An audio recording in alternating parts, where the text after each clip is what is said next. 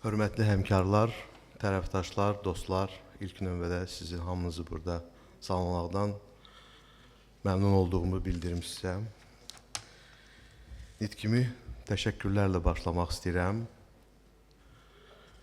Mən həm layihə rəhbərlərinə, həm bu tədbirin təşkilatçılarına öz təşəkkürümü bildirmək istəyirəm. Xüsusilə Əmək və Əhalinin Sosial Müdafiəsi Nazirliyinin, Kiçik və Orta Biznesin İnkişafı Agentliyinin, Dövlət Məşğulluq Fondunun, İnkişaf Korporasiyası və Milli Təhsil Texnologiyaları Mərkəzinin rəhbər və əməkdaş heyətinə öz dərin təşəkkürümü bildirirəm.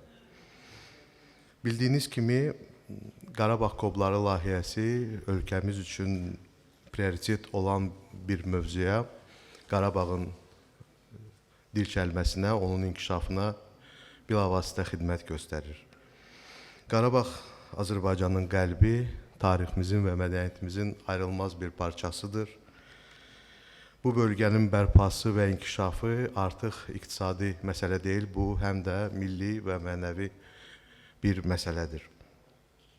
Məhz buna görə də Qarabağda sahibkarlığın inkişafının etdirilməsi xüsusi strateji önəm daşıyır. Sir deyil ki, Paşa Holding Qarabağın dirçəlməsini, azad edilməsini, ərazilərin bərpasını, müharibə iştirakçılarının və ailələrinin rifahını, şəhidlərimizin xatirəsinin yaşadılmasını mövzusunu birbaşa özün üçün məsuliyyət kimi qəbul edir və bu istiqamətdə çox saylı fəaliyyətlər həyata keçirir. Qarabağın dirçəlişində kiçik və orta biznes əsas aparıcı qüvvələrindən biridir.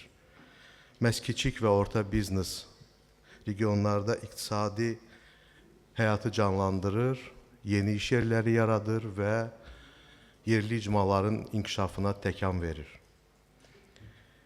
Biz şirkət olaraq Qarabağ Kobları layihəsini dəstəkləməyi sadəcə korporativ məsuliyyət kimi görmürük. Bu bizim ürəyimizdən gələn bir missiyadır.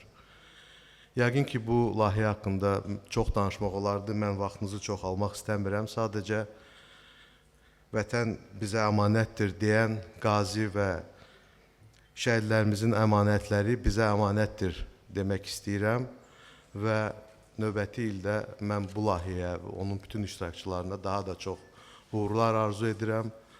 Diqqətiniz üçün təşəkkür edirəm.